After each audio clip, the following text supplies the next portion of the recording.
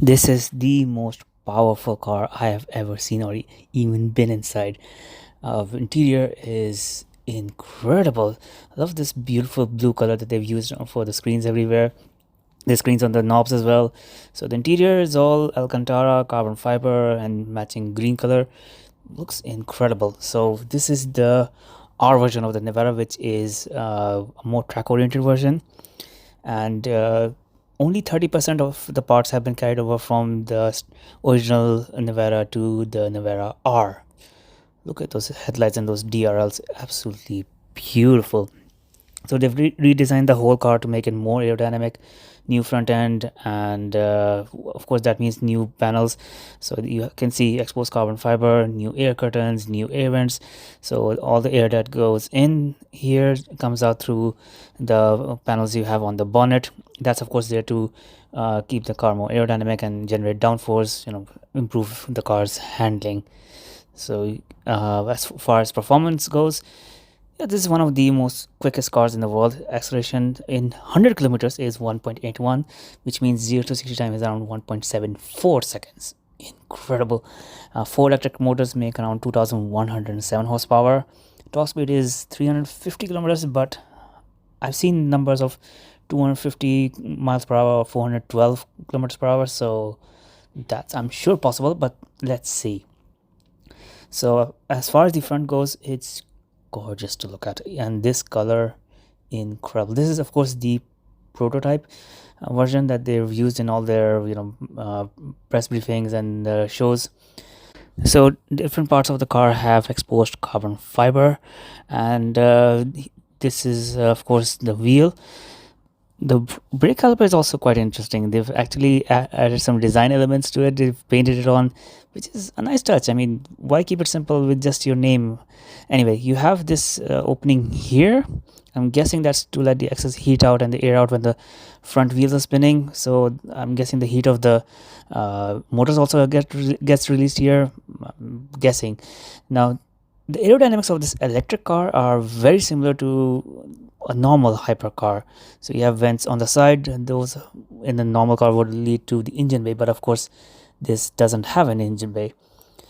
So all that air that goes in just comes out to the back, and of course it helps keeping the electric motors cool.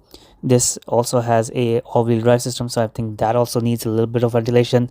Now the Nevera R is identified with this big front, rear wing, and just look at how much it is at an angle. I mean, it's incredible. Of course this wing helps in creating downforce, keeping the car locked on the road around corners. So I'm sure it's going to be very important for such a powerful car.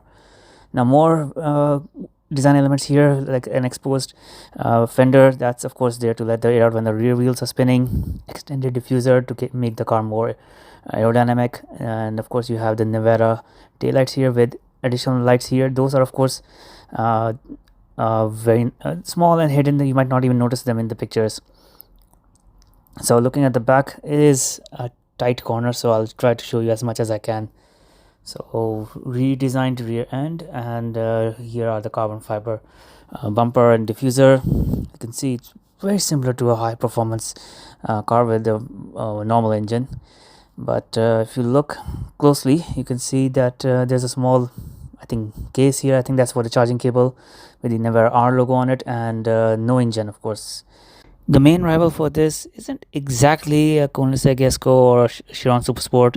It would be the Lotus Evija, the Pininfarina Battista, and the A-Spark Owl.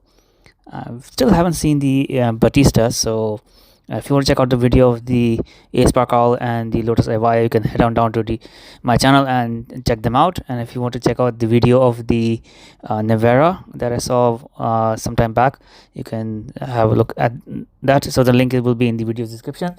And let me know in the comments, what do you think about this? Because this is car, the Nevera, the Battista, these are opening a new chapter in the automotive world for electric high performance hypercars.